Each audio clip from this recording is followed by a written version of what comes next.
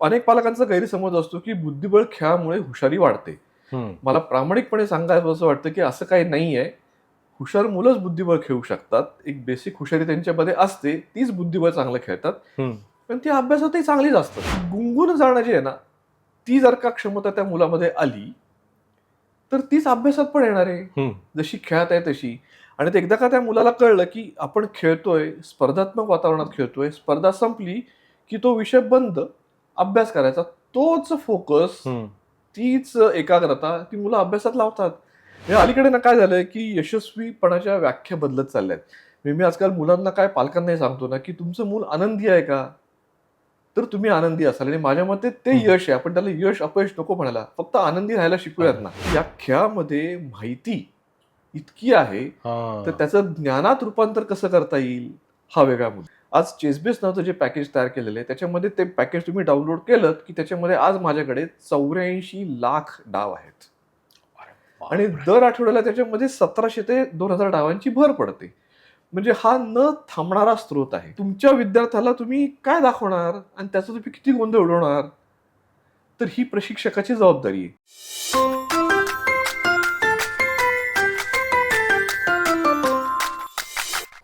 नमस्कार, मी डॉक्टर भूषण शुक्ल, बालमानसोपचार तज्ज्ञ. पेरेंट अकॅडमी तर्फे आम्ही पालक ही जी सिरीज आपण सध्या बघतो आहोत, त्याच्यातल्या तिसऱ्या एपिसोडसाठी आज आपल्याला एक खूप उत्तम खेळाडू, शिक्षक, माणूस आणि मित्र अशी असलेली व्यक्ती जी आज आपल्याबरोबर आहे गप्पा मारायला, ती म्हणजे जयंत गोखले. महाराष्ट्राला जयंत गोखलेचं नाव नवीन नाही आहे. जयंतनी जेव्हा बुद्धिबळ खेळायला सुरुवात केली तेव्हा खूप लोक बुद्धिबळ खेळत नव्हते, पण स्वतः इंटरेस्ट घेऊन शिकून त्यात कॉम्पिटेटिव्हली पुढे जाऊन भारताचा प्रतिनिधी म्हणून जयंतनी अनेक कॉम्पिटिशनमध्ये भाग घेतलेला आहे. इंटरनॅशनल मास्टर या किताबापर्यंत जयंत पोहोचलेला आहे.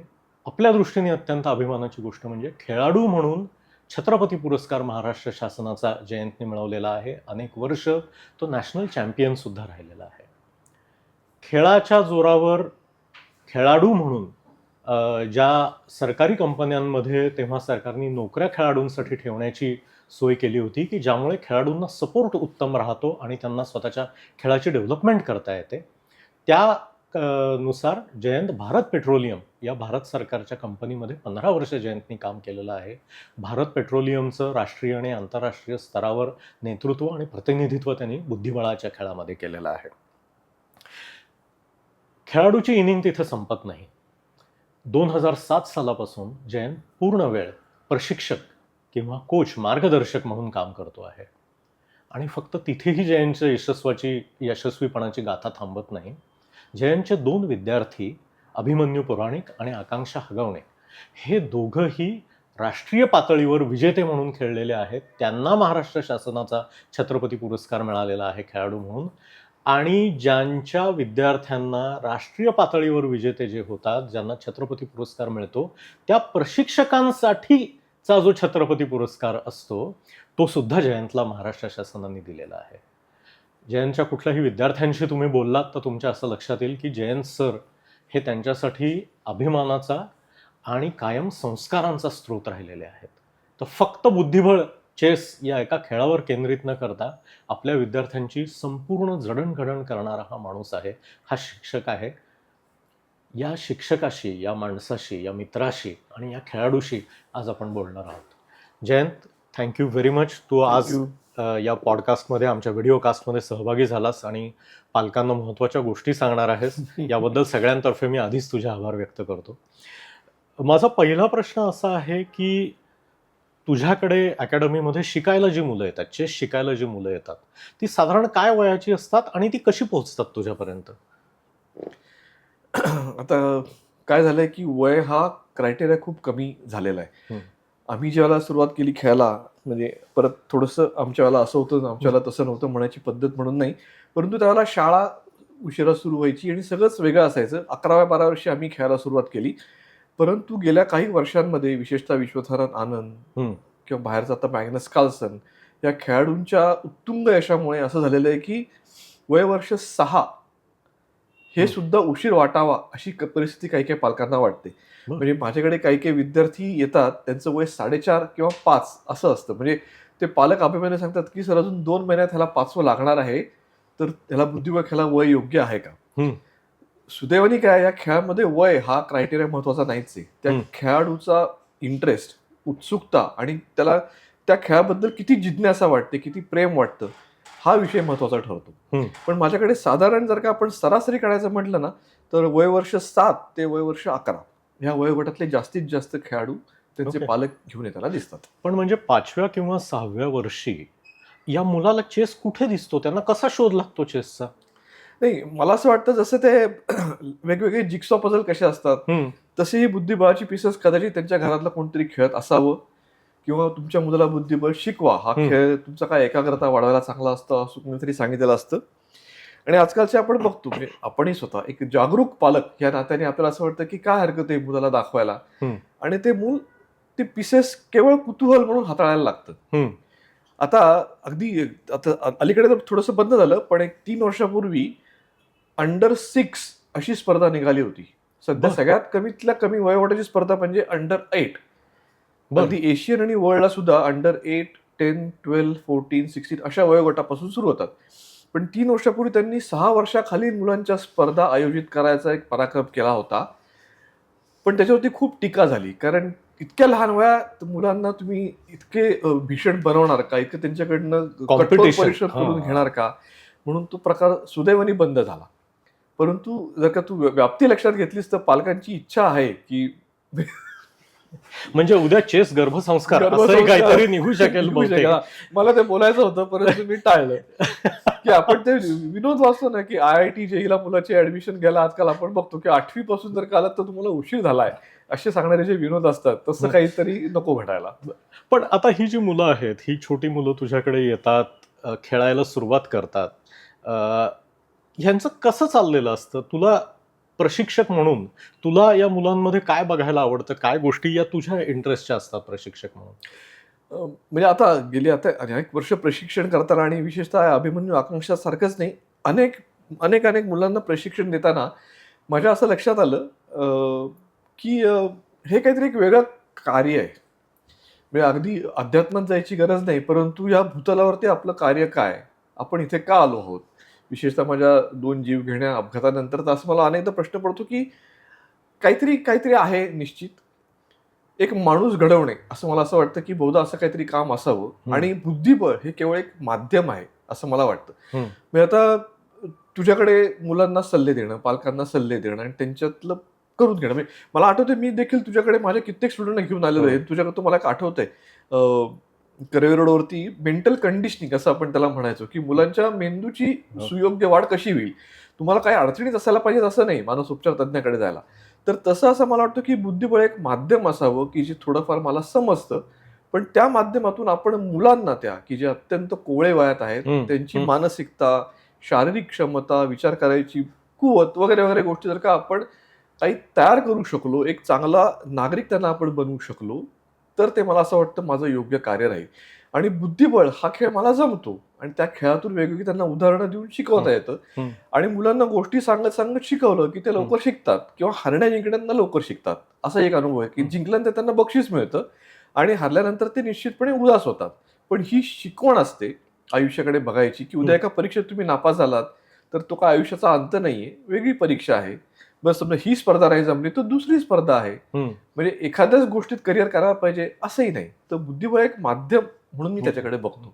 सो बुद्धिबळातली जी मुलं मी पुढे गेलेली बघितलेली आहेत, म्हणजे मी तू ज्या लेव्हलचं प्रशिक्षण देतो, इंटरनॅशनल मास्टर आहेत, ग्रँड मास्टर आहेत, त्याच्याबद्दल नाही मी बोलत आहे, की ही मुलं शाळेत असताना त्यांच्या वयोगटामध्ये स्टेट लेव्हलला, राज्यस्तराला किंवा राष्ट्रीय स्तराला रिप्रेझेंट करणारी जी मुलं बघितली आहेत, त्यांच्यात माझ्या एक लक्षात आलं की ही मुलं बुद्धिमत्तेने खूप हुशार आहेत. म्हणजे शाळेचा अभ्यास हा त्यांच्यासाठी डाव्या हाताचा मळ आहे. तर तुझा ह्याच्यातला काय अनुभव आहे, की कारण या खेळाला वेळ द्यावा लागतो, आणि आपण नंतर बोलणारच आहोत की बुद्धिबळा व्यतिरिक्त, अभ्यासाव्यतिरिक्त आयुष्यात काय घडायला पाहिजे ते. तर मुलं बेसिकली अभ्यास सोडून हा खेळ खेळतात, किंवा कुठलाही खेळ मुलं अभ्यास सोडून खेळतात. काही दुसरं करायचं असलं की पहिल्यांदा अभ्यास सोडतात.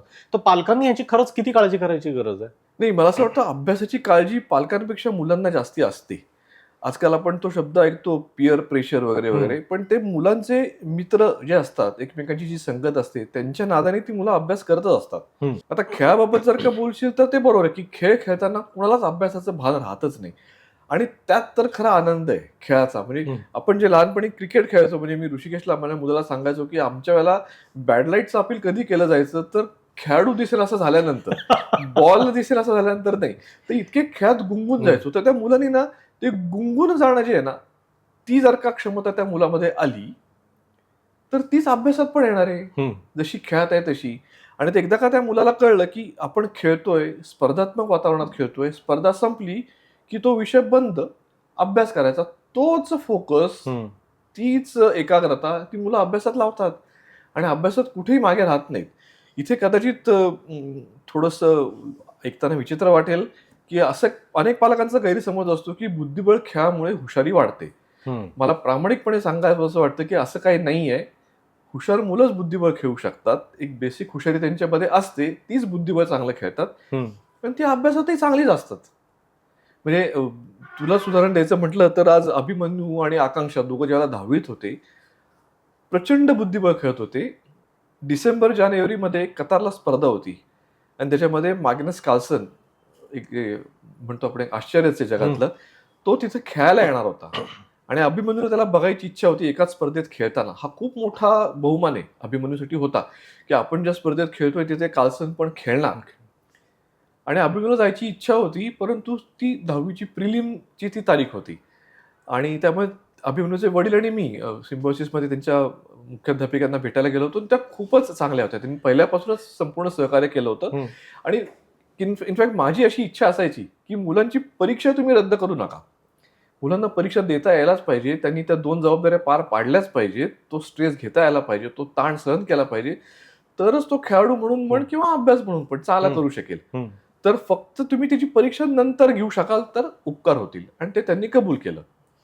प्रिलिम त्यांनी जानेवारीत दिली. बोर्डाची परीक्षा फेब्रुवारी-मार्चमध्ये होती आणि अभिमन्यूला बोर्डामध्ये 93% पडलेत आणि आकांक्षाला 87% पडलेत आणि हे त्यांच्या खिजगणतीतही नव्हतं, की काही खूप खास अभ्यास केलाय, रात्र-रात्र नाईट मारली असंही काही नाही.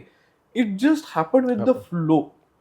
तर हे असं मला असं वाटतं, की अभ्यासात पण तो त्यांचा दिसतोच. म्हणजे 10वी पर्यंत जर मुलांनी झोकून देऊन चेस खेळला अगदी, अगदी. आणि फक्त पाण्याच्या वर डोकं राहील एवढा अभ्यास केला, तर हे खरं आपल्यासाठी पुरेसं असावं, नाही अगदी, का? अगदी, अगदी. फक्त झोकून देण्याची क्षमता ही यायला पाहिजे. ते मला दिसलेली असं वाटतं पाहिजे. पालकांचं काम तिथे आहे, हम्म. की त्या मुलाला ना त्यात गुंगून द्यायला पाहिजे. डिस्टर्ब नाही करायला हां, पाहिजे. डिस्टर्ब नाही करायला चेस पाहिजे. खेळत असेल तर थांबवू की नका. तुझा अभ्यास झालाय का? हां. असे क्लेशदायक प्रश्न त्याला प्रॅक्टिस करताना कृपया विचारू नका. कारण मग त्याच्या डोक्यात राहील. मग त्याचं त्यातनं लक्ष नको जायला. म्हणजे तो इकडचाही राहणार नाही, तिकडचाही तिकडचाही राहणार. ओके. सो हा पालकांसाठी फार महत्वाचा मुद्दा आहे, की तुमचं जर मूल ऑलरेडी बुद्धीचा खेळ खेळत आहे, तर तो किती तास अभ्यास करतो आहे.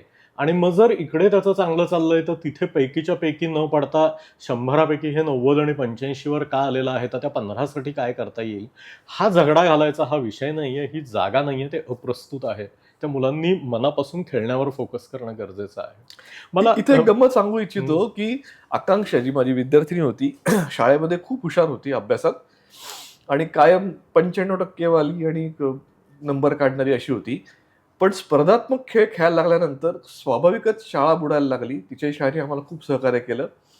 परीक्षा ती वेगवेगळ्या व्हायला कुठल्या लागल्या. शाळेत होती? ती डी.एस. स्कूल टिळक रोडची ओके. आणि एका परीक्षेमध्ये तिला 91% पडले हम्म. आणि आकांक्षाला म्हणजे ते रडू थांबवेना. हम्म. मला हसायलाच होतं, पण हसणं योग्य नाही. एक मार्गदर्शकच नाही, केवळ त्या मुलांचा आता मी पालक देखील असतो. आणि मग मी तिला समजावत होतो, की ती इतकी रडत होती, की "सर माझे 4% कमी झाले, असं झालं, तसं झालं, माझ्या मैत्रिणी असं म्हणतायत." तिला म्हटलं, "आकांक्षा गेल्या 3 वर्षामध्ये तू अंडर-7, अंडर-9, अंडर-11 आणि अंडर-13 या 4ही स्पर्धा वयाच्या 8व्या वर्षी आणि 7व्या वर्षी पुणे जिल्हा आणि राज्य, महाराष्ट्र राज्य या सगळ्या स्पर्धांमध्ये तू अजिंक्यपद मिळवलंस." म्हणजे 14व्या वर्षाच्या मुलांना ती 7व्या आणि 8व्या वर्षी हरवत हरवत होती. होती. तुझी पेपरमध्ये नाव आणि फोटो आलं. म्हटलं, "मला तुझा कुठेही जास्ती मोठेपणा करायचा नाहीये, तुझ्या मैत्रिणींना कमी लेखायचं नाहीये. परंतु एक मुलगी आज राज्यविजेती ठरते, असं अनेकदा घडतंय. हे पेपरमध्ये आज तुझ्या किती मैत्रिणींचं आलंय? जर का तुला इकडे पण करायचंय आणि तिकडे पण करायचंय हे होणार नाही. नाही. तू इकडे जर का चांगलं करते आहेस आणि तू काय नापास झालेला नाहीयेस, 95% जर का 91% झाले तर आम्हाला चालणार आहेत. म्हणजे मी तर म्हणत होतो तू पास झाली असतीस तरी खूप झालं असतं. हे खूप चांगलं आहे. परंतु मुद्दा काय माहितीये ना भूषण, की याच्यामध्ये त्या खेळाडूला ती प्रत्यक्ष जाणीव असते बरं का. म्हणजे मी जे म्हणलं ना की पालकांनी डिस्टर्ब का करायचं नाही, तर त्या खेळाडूवरती ते प्रेशर आहे की मला अभ्यासात देखील चमकायचं आहे आणि अभ्यासात मी चमकले तरच माझ्या खेळाचं Correct. कौतुक होणार आहे. ही कुठेतरी भावना त्या खेळाडूच्या हम्म. मनात आहे. हम्म. ते डबल प्रेशर तो ऑलरेडी सहन करतोय. तर त्याला त्याच्यात अजून भर बोलू घालू नका. हा. हा. अजून भर त्याच्यात घालू नका. So that leaves takes me to the next question, की जी मुलं चांगली खेळता आहेत, टुर्नामेंट जिंकता आहेत, मनापासून खेळता आहेत, ती अर्थातच या रस्त्यावर राहणार आहेत, पुढे जाणार आहेत. प्रशिक्षक म्हणून तू, पालक म्हणून पालक जे काय त्याचं करायचं ते करणार आहात. अनेक मुलांचं असंही होत असेल की पहिल्या काही महिन्यांनंतर किंवा वर्षांनंतर त्यांचा हा भर ओसरत असेल, हो. उत्साहाचा असेल किंवा टॅलेंटचा असेल. तर या मुलांचं काय होतं, त्यांचं कसं असतं? नाही, त्यांना अत्यंत योग्य वेळी थांबवणं, त्याची जाणीव करून देणं, हे मला असं वाटतं प्रशिक्षकाचं काम आहे.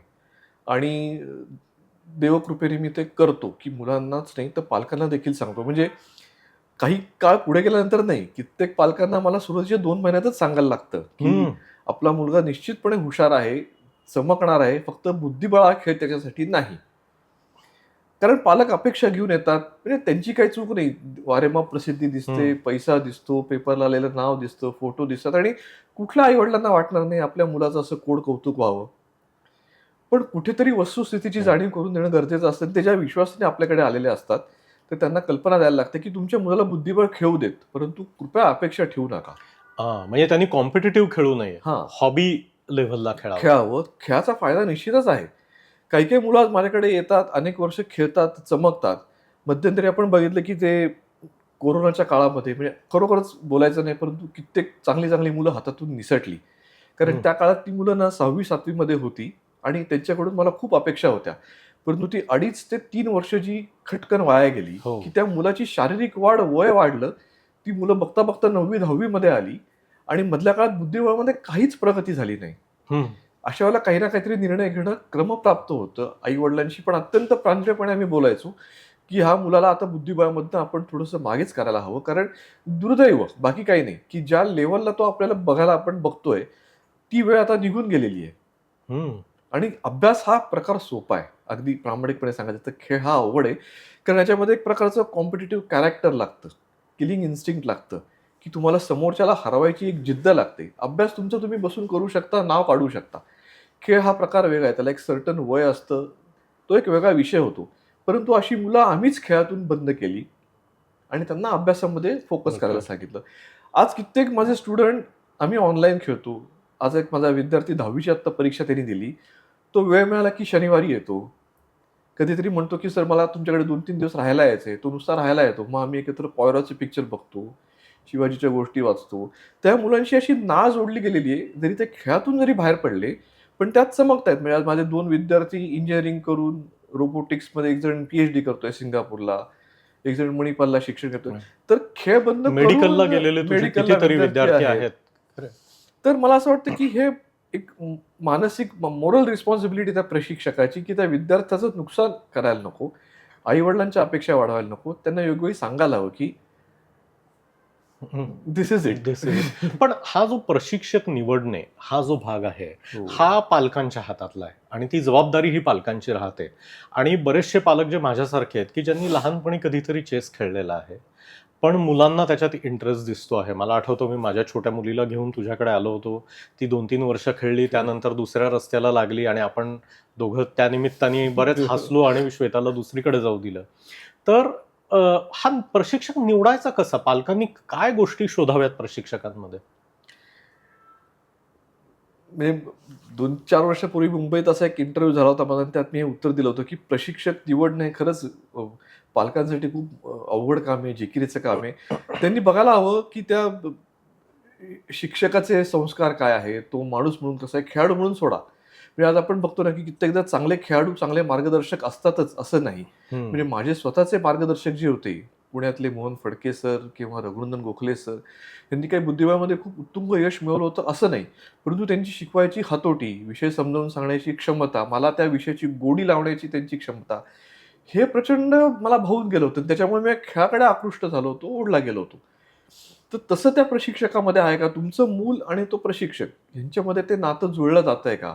की तो केवळ प्रशिक्षक न राहता की आठवड्यातनं 2 दिवस 4 दिवस मी तुम्हाला शिकवणार, एवढी फी तुम्ही मला द्यायची, पुढे काही संबंध नाही, असं न होता ते मूल आणि ते प्रशिक्षक यांच्यामध्ये एक वेगळा संवाद घडतोय का मानसिक पातळीवरती? की ते मूल त्या सरांना सांगतंय का की सर मला असं असं होतंय, मला अडचण येते, मला ते होतंय, मला शाळेमध्ये असं होतंय, मी इथे काय करायला पाहिजे? असे काही वेगवेगळे प्रश्न घेऊन ते जातंय का? किंवा तो प्रशिक्षक त्या मुलाला काही वेगळ्या गोष्टी सांगतोय का बुद्धिबळ व्यतिरिक्त?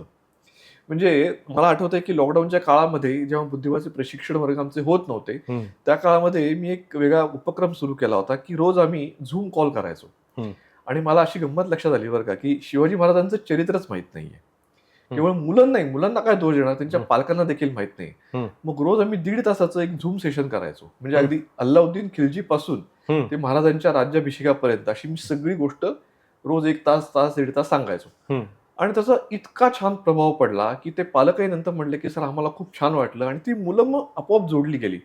मग काय झालं की ती मुलं म्हटली सर आम्हाला बाजीरावाच्या गोष्टी सांगा, पेशव्यांच्या सांगा. मग दुसरं महायुद्ध आम्ही सांगायला आणि लागलो. ही जी मुलं आहेत ही राष्ट्रीय स्तरावर राष्ट्रीय खेळता स्तरावरचे आहेत, खेळाडू. यश मिळवत आहेत. आणि त्यातून माझ्या असं वाटलं की अरे या मुलांना खूप फायदा होतोय. गोष्ट सांगणे हा आपल्याला लहानपणी आवडायचंच, पण आता दुर्दैवाने ती कुटुंब संस्था राहिली नाही. मोबाईल म्हण, व्हॉट्सअप म्हण, टीव्ही म्हण, वेगवेगळे चॅनेल म्हण, की एकमेकांची गोष्टी रूप संवाद हा उरला नाही. त्या गोष्टी रूप सांगण्यातनं, त्यातनं शिकवण्यातनं, चिडण्यातनं जे व्हायचं, पण ते मला वाटलं की अरे हा ग्रुप कॉल, झूम कॉल याने खूप फायदा होतोय, मुलं खूप शिकतायत. तर हा एक वेगळा उपक्रम छान जमून गेला. सो हा जो भाग तर आहे, हा जो प्रकार आहे हा मुलांमध्ये तो बिंबवला जातोय का, हे पालकांनी जर का लक्षात आलं की अरे चेस खेळणं न खेळणं आपण बोलत असतो की किती वर्षांचा कालावधी चेस खेळणं, त्याच्या पुढे काय? करेक्ट.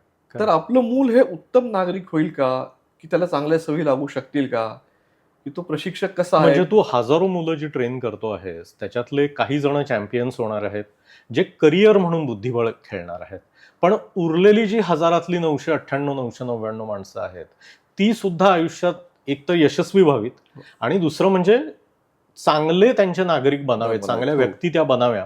तू मग आपण गप्पा मारत होतो तेव्हा तू म्हणाला की बुद्धिबळ आणि अभ्यास याच्या व्यतिरिक्तही काही गोष्टी आहेत ज्याच्यावर तुझा फोकस असतो. मला त्याच्याबद्दल सांग ना थोडं. म्हणजे आता आपण बोलू शकतो की उत्तम नागरिक, यशस्वी, म्हणजे अलीकडे ना काय झालंय की यशस्वीपणाच्या व्याख्या बदलत चालल्यात. मी आजकाल मुलांना काय पालकांनाही सांगतो ना की तुमचं मूल आनंदी आहे का, तर तुम्ही आनंदी असाल, आणि माझ्या मते ते यश आहे. आपण त्याला यश अपयश नको म्हणायला, फक्त आनंदी राहायला शिकूयात ना. उगीच कशाला काहीतरी वेगवेगळ्या गोष्टीमध्ये लक्ष घालायचं. तर ह्या वेगवेगळ्या गोष्टी ज्या आता आपण बोललो ना, तर माझा असा आग्रह असतो की मुलांनी स्वतःच्या आरोग्याकडे लक्ष द्यावं. म्हणजे आता बघतो की बुद्धिबळ खेळाडू होण्यासाठी, म्हणजे एक सायंटिफिक डेटा म्हणून मी तुला सांगतो की बुद्धिबळाचा 7 ते 8 तास चाललेला डाव हा वर्ल्ड चॅम्पियनशिप हेवी वेट बॉक्सिंगच्या 5 फेऱ्यांच्या ताणा इतका बरोबर असतो शारीरिकदृष्ट्या. हा एक भाग झाला. सगळ्या खेळांचं मिळून, आय रिपीट, सगळ्या खेळांचं मिळून जर का साहित्य गोळा केलं तर ते बुद्धिबळ खेळाच्या साहित्याच्या 1 आहे. सांगायचा मुद्दा काय की या खेळामध्ये माहिती इतकी आहे, तर त्याचं ज्ञानात रूपांतर कसं करता येईल हा वेगळा मुद्दा. साहित्य म्हणजे जी माहिती, इन्फॉर्मेशन आणि नॉलेज आपण जे म्हणतो गुगल आणि इंटरनेटमुळे, तर त्याचं ज्ञानात रूपांतर करून त्या विद्यार्थ्यापर्यंत किती पोहोचवणार. आज चेसबेस नावाचं जे पॅकेज तयार केलेलं आहे, त्याच्यामध्ये ते पॅकेज तुम्ही डाउनलोड केलं की त्याच्यामध्ये आज माझ्याकडे 84 लाख डाव आहेत, आणि दर आठवड्याला त्याच्यामध्ये 1700 ते 2000 डावांची भर पडते. म्हणजे हा न थांबणारा स्रोत आहे. कोणी एक माणूस याला पुरेच पडू शकतो. म्हणजे तुमच्या विद्यार्थ्याला तुम्ही काय दाखवणार आणि त्याचा तुम्ही किती गोंधळ उडवणार, तर ही प्रशिक्षकाची जबाबदारी आहे. तर त्याचबरोबर त्या मुलाला हे सांगता यायला हवं की अरे जर का तुला 4 तासात डाव खेळायचा आहे, तर त्याच्यासाठी तुझ्या पायांमध्ये किती ताकद पाहिजे, तुझा दमसास किती पाहिजे. 9 फेऱ्यांची एक स्पर्धा असते. अनेक पालक तक्रार घेऊन येतात बरं का, की आमचा मुलगा सुरुवातीला छान खेळतो पण शेवटी ना एखादी राऊंड हरतो, आणि ते पालकांच्या लक्षात येत नाही की शेवटी राऊंड तो का हरत असावा. कारण तो थकून जातोय, दमसास कमी पडतोय, खाण्यापिण्याकडे दुर्लक्ष होते, जिद्द कमी पडती आहे. हे कधी येईल, हम्म. हे तो स्पर्धेला खेळायला सुरुवात करायच्या आधी जे तुमच्याकडे ऊर्जेचे साठे हवेत. आमचे बाम सर, आम्ही विश्वनाथ बाम सरांकडे जायचो काउन्सिलिंगला आणि कित्येक विद्यार्थ्यांना देखील घेऊन गेलो. त्या माणसाबद्दल जेवढं बोलू तेवढं हो. कमी आहे. परंतु ते सांगायचं की खेळाडूचं आयुष्य हे स्पर्धा सुरू व्हायच्या आधी असतं. स्पर्धा सुरू झाली की तो संपलेला आहे. तो फक्त एक परफॉर्मर आहे, बस, बाकी काही नाही. तर तसं खेळाडूंनी व्यायाम करायला हवा, चांगल्या सवयी बांधून घ्यायला हव्यात, खाण्यापिण्याच्या वेळा जपायला हव्यात. मी म्हटलं तसं की कुठलंही सॉफ्ट ड्रिंक किंवा ते आजकाल काय म्हणतात लेज वगैरे, म्हणजे ते सगळे टाळायला हवं. आणि हे तू स्वतः पाळतो आणि हे आहे. स्वतः पाळतो. मी मला मुलाला हक्काने सांगता येईल तर माझ्या विद्यार्थ्याला की हे प्यायचं नाही, हे खराब आहे, आपण उसाचा रस पिऊया, आपण ताक पिऊया, लिंबू सरबत पिऊया, पण तो सोडा प्यायचा नाही, पेप्सी कोका कोला प्यायचा नाही, कारण ते वाईट आहे. मी पितोय का? नाही, तूही प्यायचं नाहीस. हम्म. किंवा सकाळी उठून म्हणजे अभिमन्यूच्या घरी आम्हाला सुरुवातीला जायला लागायचं, सकाळी 6-6:30 जायचो आणि त्याचे आई वडील म्हणायचे की सर तो तुमच्या पुढे काही बोलू शकत नाही, कारण तुम्ही त्याच्या बरोबरीत सूर्यनमस्कार 100 घालणार आहात. हा. आम्ही त्याला दुर्दैवाने सांगू शकत नाही, कारण तो आम्हाला विचारतो की तुम्ही करा. तर हा कुठेतरी जो रोल मॉडेलचा जो रोल भाग आहे मॉडेल, की मला असं वाटतं- पालकांच्या वागण्यामध्ये त्या गोष्टी पाहिजेत. आणि पालकांना दोष द्यायला नको. जर का आपण प्रशिक्षक म्हणून त्या मुलाची जबाबदारी घेतली आहे, तर तुम्ही त्या खेळाडू पुढे असा आदर्श उभा केला पाहिजे की तो खेळाडू तुम्हाला आयुष्यभर फॉलो करेल. म्हणजे आपोआप मला असं वाटतं प्रशिक्षकाने देखील स्वतःला सुधारत ठेवायला हवं. जयंत, तू मला एक खूप महत्वाची गोष्ट ह्याच्यात सांगितली की चेस आणि अभ्यास ह्याच्या पलीकडचं जे आयुष्य आहे की जे खेळाच्या आधीपर्यंत असतं, खेळाबरोबर असतं आणि खेळानंतरही चालू राहतं, हा मोठा भाग आहे. रक्तदानाच्या फील्डमध्ये तू बरंच काम केलंय, तुझे विद्यार्थी सुद्धा त्याच्यात पार्टिसिपेट करतात. त्याबद्दल सांग ना. नाही, ते असं अचानक सुरू झालं होतं की म्हणजे माझे अपघात 2 झाल्यानंतर मला असं लक्षात आलं होतं की म्हणजे मला जेव्हा ऍडमिट केलं गेलं होतं, मी 3 दिवस बेशुद्ध होतो वगैरे वगैरे. आणि मग माझ्या मनात विचार आला होता की मला कोणी रक्त दिलं असावं, हम्म. माझे प्राण वाचवायला कोण कारणीभूत ठरलं असावं. कोणतरी एक अनोळखी व्यक्ती असेल, 2 असतील, 4 असतील. आणि मी पहिल्यापासून रक्तदान करायचो. संघाशी संबंधित असल्यामुळे वयाच्या 18व्या वर्षापासून मी अगदी दरवर्षी नित्यनेमाने 3 महिन्यानंतर रक्तदान करतो. जनकल्याणमध्ये आता मी अगदी घरगुती त्यांचे सदस्य आहे. तर ती सवय विद्यार्थ्यांमध्ये पण बिंबवायची असा माझा एक प्रयत्न होता. सुरुवात तर आपण करायला पाहिजे म्हणून मी अनेकदा रक्तदान करायचो. आणि मला असं वाटतं ह्या सोशल मीडियाचे ना आभार मानायला हवेत की काय झालंय, व्हॉट्सअप म्हण, इंस्टाग्राम म्हण, ते स्टेटसला फोटो ठेवणं म्हण, असं मी ठेवायचो, विद्यार्थ्यांना पाठवायचो, सगळ्या ग्रुपला पाठवायचो की आज रक्तदान केलं, इतकं रक्तदान झालं. आता आज माझं 99 रक्तदान झालं.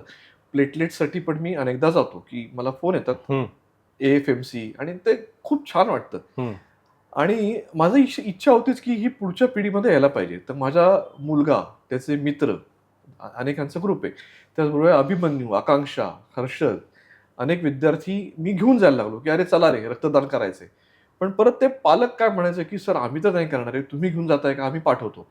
पण असं कोणाला, तू तर डॉक्टर आहेस, आपण कोणाला असं जबरदस्ती करू शकत नाही, रक्तदान द्या, करा, कारण तर उगीच गडबड नको व्हायला. म्हणजे एकदा जनकल्याणमध्ये असं झालं होतं, रक्तदान करायला आलं आणि त्यालाच रक्त द्यायला लागलं. म्हणजे आम्हाला तो लॉस मेकिंग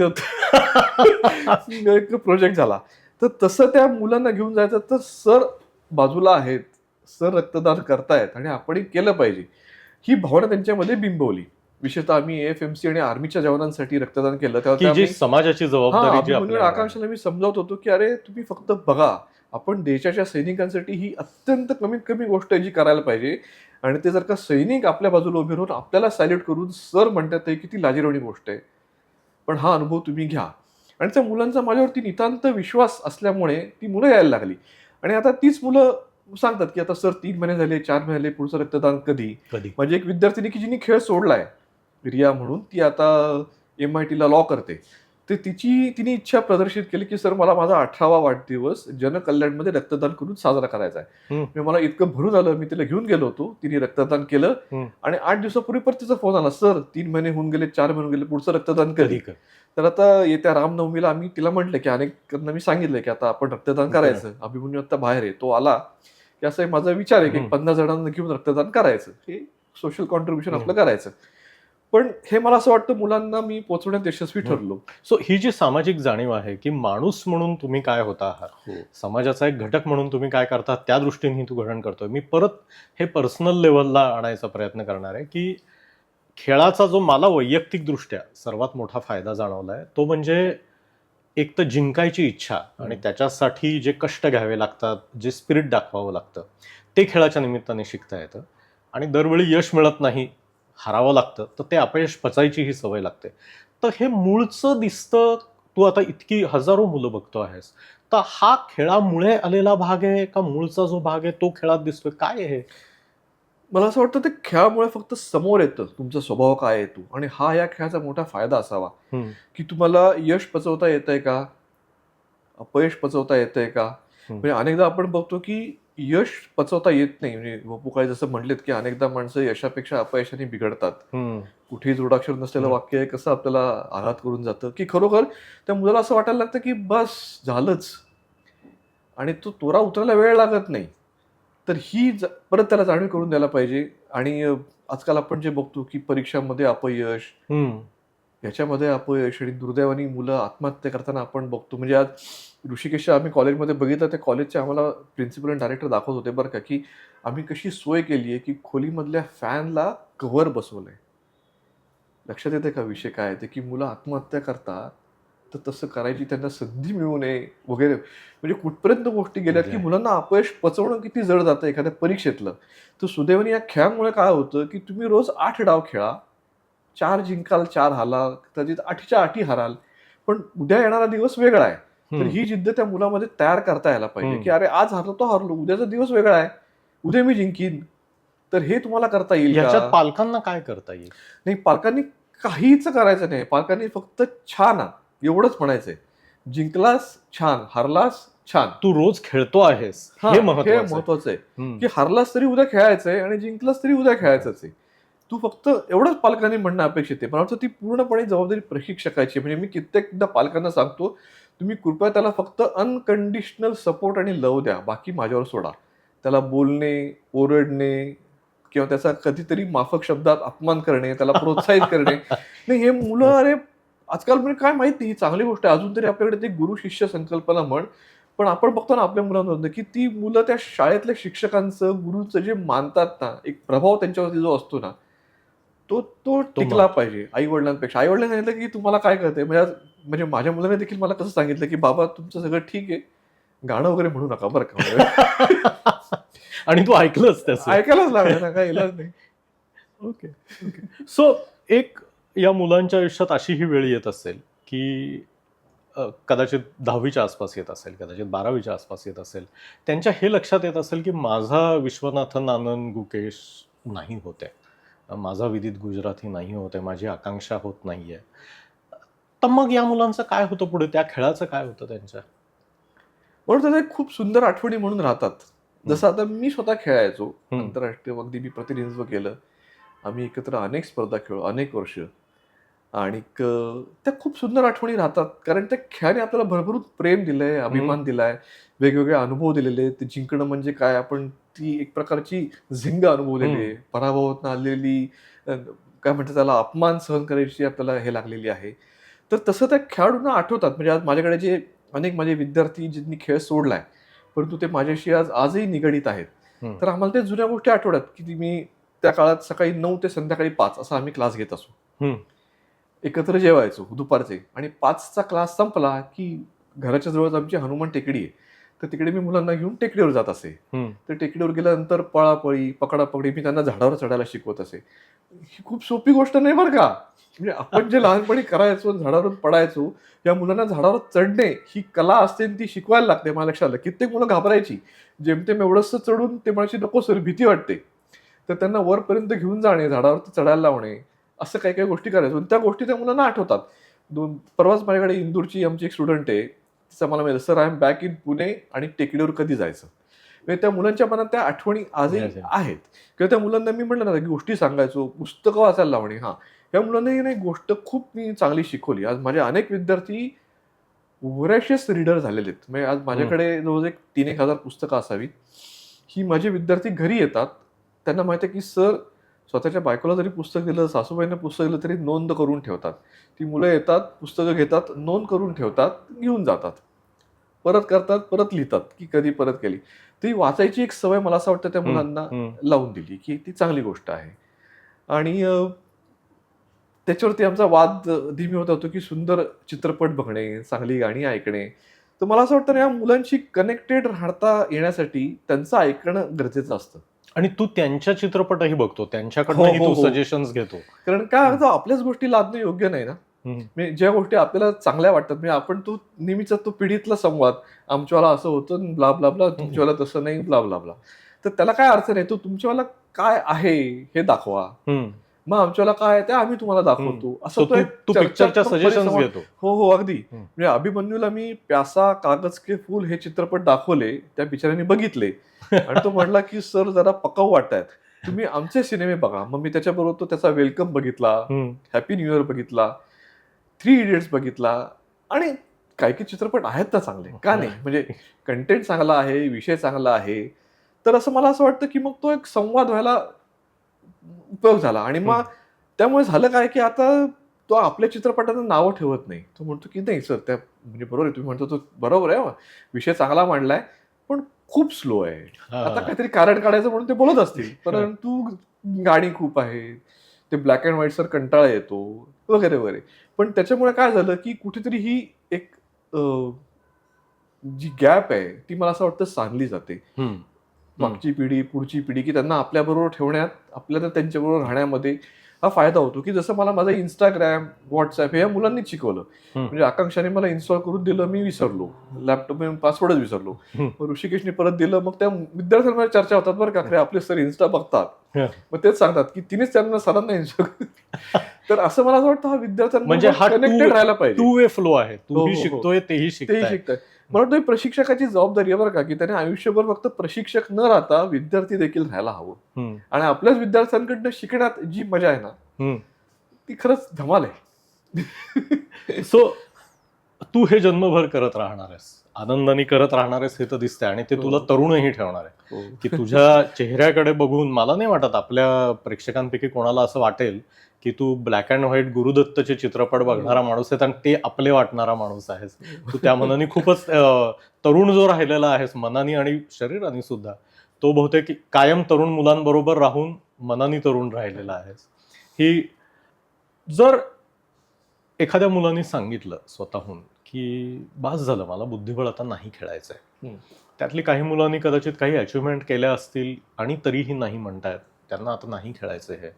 तर हे पालकांना पचवायला फार अवघड जाऊ शकतं, की हं. माझ्या मुलाला आता बुद्धिबळ खेळायचं नाहीये किंवा त्यांनी पुरेशी मेहनतच केलेली नाही आणि हा सोडून देतो आहे. तर ह्याच्यात पुन्हा प्रशिक्षकाचा रोल काय आहे? हां, ही थोडीशी नाजूक बाब होते. कारण त्या पालकांची ना त्याच्यामध्ये बरीच गुंतवणूक झालेली असते. हं, मानसिक, शारीरिक, हं, आर्थिक. हं, स्पर्धांना त्याला घेऊन जाणे, वेगवेगळ्या स्पर्धांच्या निमित्ताने खर्च करणे आणि त्यातून निश्चितपणे काही ना काहीतरी अपेक्षा असतात. अर्थात पहिल्यापासून मी त्यांना सांगत असतो, की खेळ वेगळा, अभ्यास वेगळा. म्हणजे अभ्यास भरपूर करून हा मुलगा जर का डॉक्टर झाला, इंजिनिअर झाला, IAS झाला, तर त्यातून जो काही परतावा आपण म्हणतो ROI, हं. तर तसा खेळातून मिळेल असं नाही. करेक्ट. परंतु या खेळातून तो एक व्यक्ती म्हणून जो घडणार आहे, तो अभ्यासातून केवळ घडणार नाही. इनटँजिबल बेनिफिट्स जे आहेत हां, त्याचे. त्याला हं, खूप वेगवेगळ्या क्षेत्रांमधनं जो फायदा होणार आहे, एक खेळाडू म्हणून, त्याचे त्याला फायदे तुम्ही बघितलेत, तर ही गुंतवणूक तुमची निश्चितपणे यशस्वी ठरेल. म्हणजे हा व्यक्ती यशस्वी परत मी सांगतो, की यशस्वी तुम्ही कशावर मोजता हा वेगळी गोष्ट. पण खेळाडू म्हणून हा खेळला आणि जरी नंतर त्याने खेळ सोडला, तरी त्या ह्या केवळ आठवणी, हं, यशाच्या, अपयशाच्या त्याला आनंदी ठेवतील. जर का तुम्हाला तुमचं मूल आनंदी बघायचं असेल, मी यशस्वी बोलत नाही, हं. आनंदी बघायचं असेल, तर तुम्ही ह्याच्याकडे त्या दृष्टीने कृपया बघू नका. जयंत एक थोडा नाजूक प्रश्न मला तुला विचारायचा आहे, की तुझे जे विद्यार्थी आहेत, त्यांच्यातले काही विद्यार्थी हे प्रचंड वेगळ्या स्तराला खेळणारे आहेत. आता अभिमन्यू पुराणिकचं उदाहरण आपण घेऊया, की at some point of time तुला कदाचित अशी जाणीव झाली असेल, की ह्याला काहीतरी अजून हवं आहे आणि हे कदाचित मी देऊ शकत नाहीये. तर हे होतं का? आणि हे झालं की प्रशिक्षकाने काय करायचं असतं? नाही, हे होतच होतं कारण प्रत्येक खेळाडू हा माझ्या मते असामान्य असतो किंवा असं आपण म्हणू की काही-काही असामान्य खेळाडू हे जन्मालाच येतात आणि हं, ते सुदैवाने तुमच्याकडे येतात. म्हणजे आपण कितीही म्हटलं की त्या काय हिऱ्याला कोंदण हवं, पैलू पाडा, पण तो हिरा तर हवा की नाही? हं, तर ते प्रशिक्षकाला कळलेलं असतं. ठीक आहे? आणि तुमच्याच्यानी जेवढं शक्य आहे, तुमच्याकडे जेवढी आयुधं आहे, तुम्ही पैलू निश्चितपणे त्याला पाडा. परंतु त्याच्यापुढे त्याला गंजवत ठेवू नका. आणि आज पुण्यामध्ये शेकडो प्रशिक्षक आहेत, हजारो खेळाडू आहेत. म्हणजे जर का तुम्ही केव्हा याच्याकडे व्यवसाय म्हणून बघितलत ना, तर मला अत्यंत स्पष्टपणे सांगावं असं वाटतं, की कोणाचं काही अडणार नाहीये. प्रशिक्षकाचं आर्थिक नुकसान होणार नाहीये. पण त्या खेळाडूचं जे वय आहे की नाही, म्हणजे वय वर्ष 7 ते वय वर्ष 12-13 असं आपण म्हणू, की ज्याच्यामध्ये तो घडू शकतो. अगदी विश्वविजेतापर्यंत जर का त्याला मजल मारायची असेल, तर ही अत्यंत त्याच्या घडणीची वर्ष आहेत. तर ह्याच्यामध्ये जेवढं शक्य आहे, तेवढं आपण त्याला मदत करायला हवी. तर या सगळ्या प्रशिक्षकांना माझी एक नम्र विनंती कायम असते, की तुमची क्षमता ओळखा, त्याला तिथपर्यंत न्या आणि त्याला पुढे सोपवा. म्हणजे मी स्वतः आज अभिमन्यूची ज्या ज्या पातळीला पोहोचला, तेवढा माझा खेळ निश्चितच नाहीये आणि याची मला जाणीव होती.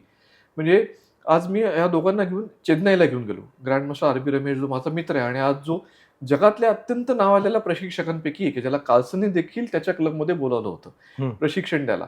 सुदैवाने आम्ही एकत्र खेळले असल्यामुळे आमची मैत्री आहे. पण मी ती मैत्री बाजूला ठेवून त्याच्या प्रशिक्षकाच्या ज्ञानासाठी अभिमन्यू आणि आकांक्षाला त्यांच्याकडे रमेशकडे घेऊन 8 दिवस घेऊन गेलो होतो, की तू यांना ह्या गोष्टी शिकव. ठाण्याचा शरद टिळक, जो आम्ही अनेक वर्ष खेळलो, एकत्र राहिलो, त्याच्याकडे मी या 2 मुलांना घेऊन गेलो, की तू याला या गोष्टी शिकव. आज अभिमन्यूला ग्रँडमास्टर अमॅनटॉव म्हणून आहे, रशियन ग्रँडमास्टर. त्याच्याकडे आम्ही सुचवलं होतं, की तू त्याच्याकडनं प्रशिक्षण घे. की त्या खेळाडूला वेगवेगळे पैलू हे पडायला हवेत, की मला माझी माहिती आहेत ना क्षमता, की या गोष्टी मला नाही जमत आहेत. पण त्याच त्या माझ्या विद्यार्थ्याला देखील जमू नयेत. असं का? म्हणजे माझे लिमिटेशन्स हे माझ्या विद्यार्थ्याचे हां, लिमिटेशन्स नाही व्हायला त्याच्यामध्ये पाहिजे. जी प्रचंड क्षमता आहे, ती का थांबवायची? जर का तुम्हाला तुमचा खेळाडू चमकावा, दुर्दैवाने काय होतं, की त्या प्रशिक्षकाला असं वाटतं, की हा खेळाडू पुढे माझं नाव घेईल की नाही घेईल. तर ही दुर्दैवी गोष्ट आहे, की त्या खेळाडूने तुमचं नाव समजा नाहीच घेतलं, तर काय होईल? तर तो कुठेतरी भाग तुम्ही सोडून द्यायला हवा. घेतलं तर तुमचं नशीब, नाही घेतलं तरी तुमचंच नशीब आहे. परंतु तुम्ही तुमच्या परीने 100% काय 200% देताय का? आणि तुम्ही त्याला दुसरीकडे नेऊन सोडताय का, की तो खेळाडू घडावा. सुरुवातीलाच तो खेळाडू तुमच्याकडे आल्यानंतर हा खेळाडू घडला पाहिजे, ही भर तुमच्या मनात आहे का? आणि तो खेळाडू घडण्यासाठी तुम्ही त्याला दुसरीकडे घेऊन जाणे, हा देखील तुमच्या प्रशिक्षणाचा भाग आहे. हे लक्षात घ्या. म्हणजे अगदी शिक्षणातलं जर उदाहरण द्यायचं म्हटलं तर मला ज्यांनी बरोबर. 10वी मध्ये किंवा 12वी मध्ये बायोलॉजी शिकवलं, तर त्यांनी जर मला पुढे सरकण्यासाठी मदत केली नाही, तर मी जन्मभर 12वीच बायोलॉजी करणार आहे का? मी डॉक्टर होणार नाहीये का पुढे? अशातलं. म्हणजे आज बघा ना, की मला माझ्या चुलत भावाने बुद्धिबळ शिकवलं, की केवळ त्याला उन्हाळ्याच्या सुट्टीमध्ये कोणतरी हरवायला एक सवंगडी हवा होता म्हणून त्यांनी मला शिकवलं. तिथे मी खेळाकडे ओढला गेलो. पुढे फडके सर आणि काकू त्यांनी मला या खेळातली वेगवेगळ्या खाचा खोचा समजावून दिल्या.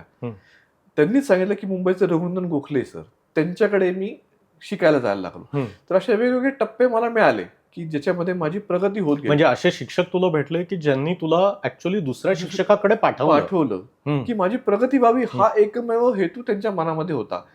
त्या संस्कारात मी आल्यामुळे माझ्या मनात तीच इच्छा होती, की अरे माझा विद्यार्थी देखील चमकायला पाहिजे. आणि ह्याच्यामध्ये कुठेही त्यांनी माझं नाव घ्यावं, नाव न घ्यावं हा मुद्दा येतच नाही. की मला माहिती आहे ना, हा विद्यार्थी माझ्याकडे आला होता आणि त्यांनी चमकावं. म्हणजे आता अभिमन्यू पुराणिक मी कायम सांगतो, तो मकर निरणकर मला म्हणतो, "अरे जयंत, तू काय थट्टा करतो माझी?" पण मी सांगतो नाही, की मकर हा विद्यार्थी तुझा होता. तो सुरुवातीला तुझ्याकडे शिकलेला आहे. तू त्याला ते ₹1 बक्षीस द्यायचा, त्यातून त्याला ती गोडी लागलेली आहे. आणि पुढे जेव्हा तुझ्या लक्षात असं आलं, की अरे इथे माझी क्षमता संपली, तूच त्यांना सांगितलंस, की आता तुम्ही जयंतकडे जा. ज्या विश्वासाने तुम्हाला त्याला माझ्याकडे पाठवलंस, तर त्याच विश्वासाने मी लोकांना सांगतो, की अरे याचा पहिला गुरु मकरंद वेलणकर आहे. तिथून तो माझ्याकडे आलाय. आणि तू तिथून त्याला पुढे तिथून पाठव. पुढे मी पाठवलंय. हो. तर ह्याच्यामध्ये काय, हा हिरा आपल्या हातात आलेला आहे, तर तो चमकला पाहिजे. बस. सो जयंत, एक गोष्ट जी आता प्रकर्षाने पुढे येते मुलांबरोबर काम करताना, मी अनेक मुलांकडून ते ऐकतो की चेस हा गेम असा आहे की हा बुद्धीचा गेम आहे. त्याच्यासाठी प्रत्यक्ष माणसाची काही गरज नाही. मी माझ्या घरात बसून chess.com सारख्या वेबसाईटवर जाऊन किंवा त्याचे जे काय अनेक भावंड असतील त्याच्यावर जाऊन मी चेस शिकतो, त्याच्यात मला माझं रेटिंग मिळतं आहे. तर हे पुरेसं आहे का? हे काय आहे? ते असं म्हणू आपण, की दुधारी अस्त्र आहे. म्हणजे लॉकडाऊन ज्याला आपल्याकडे सुरू झालं, त्यावेळेला बुद्धिबळ हा एकमेव खेळ तरुण राहिला. कारण तो अशा पद्धतीने खेळला जात होता. बाकी सगळे मैदानी खेळ बंदच झाले.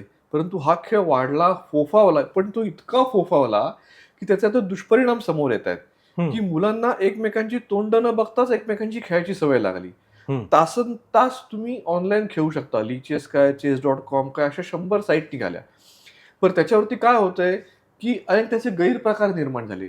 त्याचे परिणाम मुख्य स्पर्धांमध्ये दिसायला लागले, की ऑनलाईन खेळताना मुलं इंजिनची मदत घ्यायला लागली, पुस्तकांची मदत घ्यायला लागली.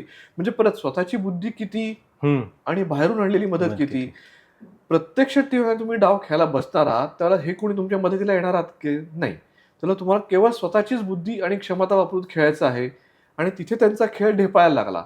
म्हणजे पालकांना असं वाटायला लागलं, की लीचेसवरती, chess.com वरती माझ्या मुलाचं रेटिंग इतकं आहे. तो तिकडे इंटरनॅशनल मास्टर झालाय, ग्रँड मास्टर झालाय. पण प्रत्यक्ष खेळायला का नाही जमत आहे? अरे नाहीच जमणार आहे. कारण तो आभासी खेळ आहे आणि त्या प्रत्यक्ष तुम्हाला झुंजायचं आहे. तर हा दुष्परिणाम व्हायला लागला. तर इथे मला असं वाटतं, की त्या प्रशिक्षकांनी ना त्या पालकांना आणि मुलांना समजावून द्यायला हवं, की आपण यातनं योग्य तो फायदा कसा घ्यावा. तर म्हणजे ही वेबसाईट कशी वापरायची. तर मी देखील काय केलं, की लॉकडाऊनच्या काळामध्ये मी ऑनलाईन स्पर्धा घेत असे. मी स्वतः त्या मॉनिटर करत असे. मला कळत असे, की इंजिन कोण वापरतंय, कोण वापरतंय आणि मी त्या मुलाला स्पर्धेतून काढत असे. तर ऑनलाईन कनेक्टेड ह्याचा फायदा हाच, की तुम्ही त्यांच्या स्पर्धा आयोजित करा. एक प्रशिक्षक या नात्याने मी त्यांचे डाव खेळताना बघू शकतो. ताबडतोब त्यांना त्यांचं विश्लेषण करून देऊ शकतो. तर हा त्यातून आपण फायदा घेऊ शकतो, की प्रत्यक्ष नाही ना भेटू शकत. आज पुण्यामधले आपण बघतो ना, की काय अमॅनोरा म्हण, बालेवाडी म्हण, कुठून वाघोली म्हण, पालक त्यांच्या मुलांना घेऊन येऊ शकत नाहीत. पण आपण ऑनलाईनमुळे मी त्यांना प्रशिक्षण देऊ शकतो. हा त्यातून आपण फायदा करून घ्यायला पाहिजे. पण तो तिथेच सीमित राहायला पाहिजे. शेवटी तुम्हाला तुमची लढाई किंवा तुमचे परफॉर्मन्सेस हे प्रत्यक्ष खेळूनच दाखवायचे आहेत. हे विसरता कामा नये, की तो आभासी प्रकार आहे, तो आभासीच राहायला पाहिजे. त्याला तुम्ही प्रत्यक्ष महत्त्व कृपया देऊ नका. जयंत, एक थोडा खाजगी प्रश्न मला तुला विचारायचा आहे, की इतक्या मुलांना तू शिकवतोयस, इतकी मुलं माणूस म्हणून, खेळाडू म्हणून, विजेते म्हणून तुझ्या हातातनं घडता आहेत. तुझ्या मुलांचं काय रे?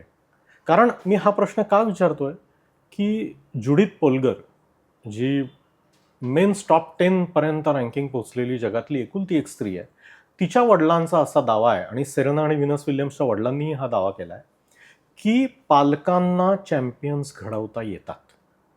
आता विल्यम्स भगिनींच्या वडिलांना हे म्हणायचा अधिकार आहे, पोल्गरच्या वडिलांना हे म्हणायचं, जुडिथ पोल्गरच्या वडिलांना हे म्हणायचा अधिकार आहे, कारण त्यांच्या तिन्ही मुली त्यांनी ग्रँडमास्टर केल्या. तर पण या दोन वडिलांव्यतिरिक्त हा प्रयोग जगात बाकी कोणालाही करता आलेला नाहीये, तो सक्सेसफुल झालेला नाहीये. त्याच्यामुळे त्यांचं हे जे विधान आहे, की चॅम्पियन हे अशा प्रकारे घडवता येत आहेत, हे खरं आहे का खोटं आहे, ह्याच्यावर जगभर गदारोळ झालेला आहे. तर तू स्वतः प्रशिक्षक आहेस, तुझा मुलगा काय करतो? नाही, अगदी बरोबर आहे. माझा मुलगा बुद्धिबळ खेळत असे, त्याला आंतरराष्ट्रीय गुणांकन देखील चांगल्यापैकी होतं. 1400-1500 रेटिंग त्याचं होतं आहे. आणि आजही तो ऑनलाईन अत्यंत मनापासून खेळतो, एन्जॉय करतो.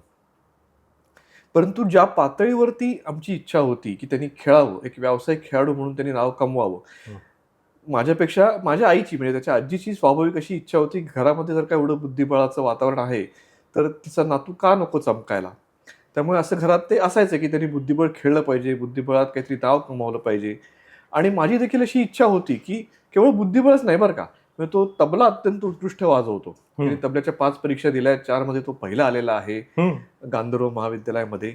आणि मला असं वाटायचं, की त्यांनी एक काहीतरी वेगळी एक वाट चोखाळावी, वेगळा मार्ग अवलंबावा, की मी त्याला म्हणायचो कौतुकाने, की तू हो तबलजी, मी तुझा मार्गदर्शक किंवा मी तुझा मॅनेजर म्हणून माझी यायची इच्छा आहे. ज्या प्रकारे मी एक वेगळं करिअर केलं तसं.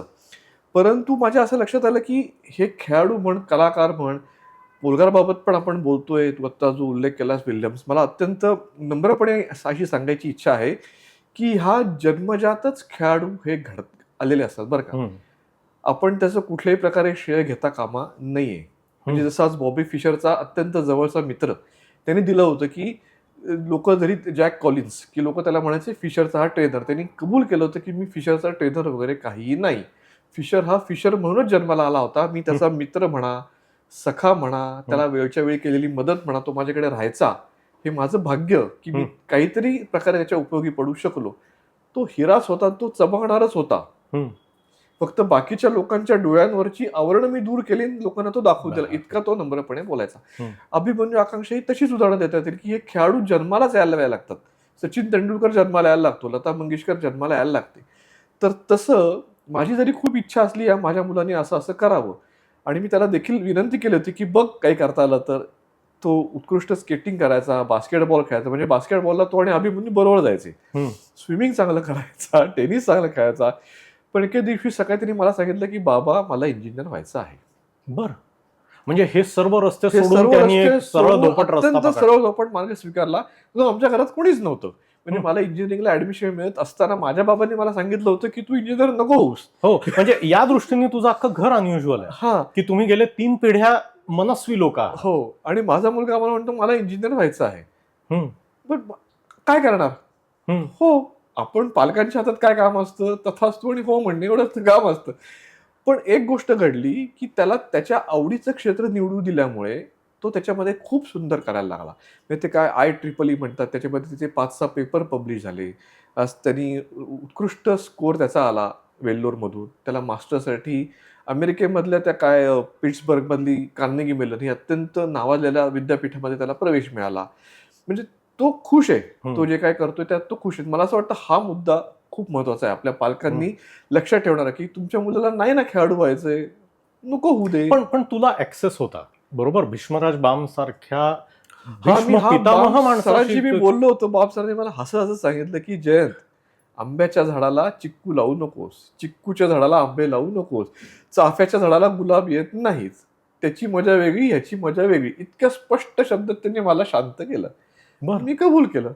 म्हणजे तू तुझ्या बाजूने चेस प्रशिक्षक म्हणून प्रयत्न केलास, भीष्मराज बामांना सुद्धा तू युद्धभूमीमध्ये उतरवलं. अगदी, की मला असं वाटायचं की काय हरकत आहे यांनी बुद्धिबळ खेळायला किंवा यांनी तबल जिवायला, काय हरकत आहे. पण बाम सरांनी मला अत्यंत शांतपणे बाजूला ठेवलं की नाही. माझ्या मते पालक म्हणून हा फार महत्वाचा मुद्दा अगदी अगदी, आहे की आपण हे कबूल करायला शिकलं पाहिजे की आपलं मूल वेगळं आहे आणि ते वेगळं होण्यातच मजा आहे. Thank you Jayant, thank you very much. माझ्यासाठी याच्यात ज्या समजलेल्या गोष्टी आहेत त्या अशा आहेत की खूप लहानपणी मुलं हा खेळ खेळायला सुरुवात करतायत, जी चांगली गोष्ट आहे, आनंदाने खेळता आहेत. तर योग्य प्रशिक्षक निवडणे, फक्त खेळामध्ये माझं मूल सतत पुढे राहिलं पाहिजे आणि त्यांनी जास्तीत जास्त स्पर्धा जिंकत राहिल्या पाहिजेत, हा फोकस नसून त्याची व्यक्ती म्हणून वाढ होते आहे का, ह्याच्यावर लक्ष ठेवणारा प्रशिक्षक आणि या गोष्टीला महत्त्व देणारा प्रशिक्षक हा तुमच्या मुलासाठी गरजेचा आहे. आणि त्या बाबतीत चांगला प्रशिक्षक निवडणे, त्या प्रशिक्षकावर विश्वास ठेवणे आणि मुलाला पुढे जायला किंवा जेव्हा मूल ठरवेल तेव्हा त्याला थांबायला सुद्धा मदत करणे, हा चेसमधनं खरा शिकण्याचा भाग आहे, कुठल्याही खेळातनं शिकण्याचा भाग आहे. आणि जयंतनी जो मुद्दा अनेक प्रकारे आपल्याला आज सांगितलेला आहे की कदाचित जर फक्त काही मधल्या क्लिप्स बघितल्या तर लोकांना वाटेल की हे पर्सनॅलिटी डेव्हलपमेंट सेशन आहे का, पण जयंतचे विद्यार्थी राष्ट्रीय आणि आंतरराष्ट्रीय स्तरावर चमकता आहेत, चेसमध्ये भारताचं प्रतिनिधित्व करता आहेत, आंतरराष्ट्रीय लेव्हलला विजेते होत आहेत.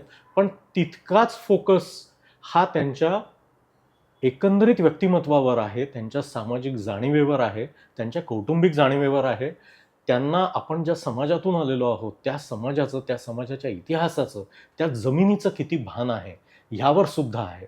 तर ही जी सर्वांगीण वाढ आहे ही माझ्या मते त्या आंतरराष्ट्रीय यशापेक्षा सुद्धा मोठी आहे. आणि ही जाणीव ठेवणारे, ती कृतीत आणणारे आणि ती विद्यार्थ्यांपर्यंत पोहोचवणारे जयंत गोखले आज आपल्याला पाहुणे म्हणून मिळाले. त्यांनी आपल्याशी इतक्या निवांतपणे मनापासून गप्पा मारल्या. जयंत, मनापासून धन्यवाद.